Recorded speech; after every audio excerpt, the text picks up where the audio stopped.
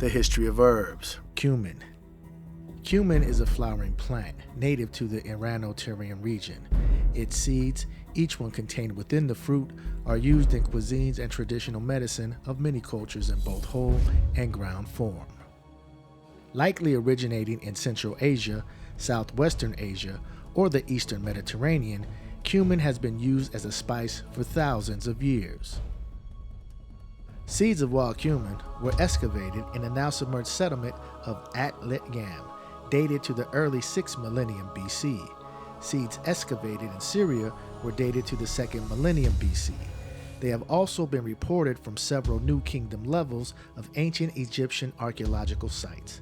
In ancient Egyptian civilization, cumin was used as a spice and as a preservative in mummification. Cumin was a significant spice for the Minoans in ancient Crete. Ideograms for cumin appear in Linear, an archived tablet documenting Minoan palace stores during the late Minoan period.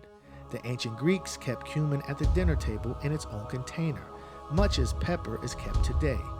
Cumin was also used heavily in ancient Roman and Indian cuisine and has been used as a traditional ingredient in innumerable recipes and forms the basis of many other spice blends.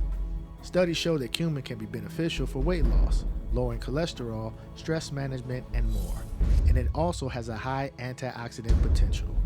Research also shows that cumin is an anti-diabetic. A group of 80 people took an Ayurvedic formulation containing cumin for a period of 24 weeks, and their postprandial blood sugar was significantly reduced. Thank you for watching The History of Herbs, brought to you by Dherbs.com.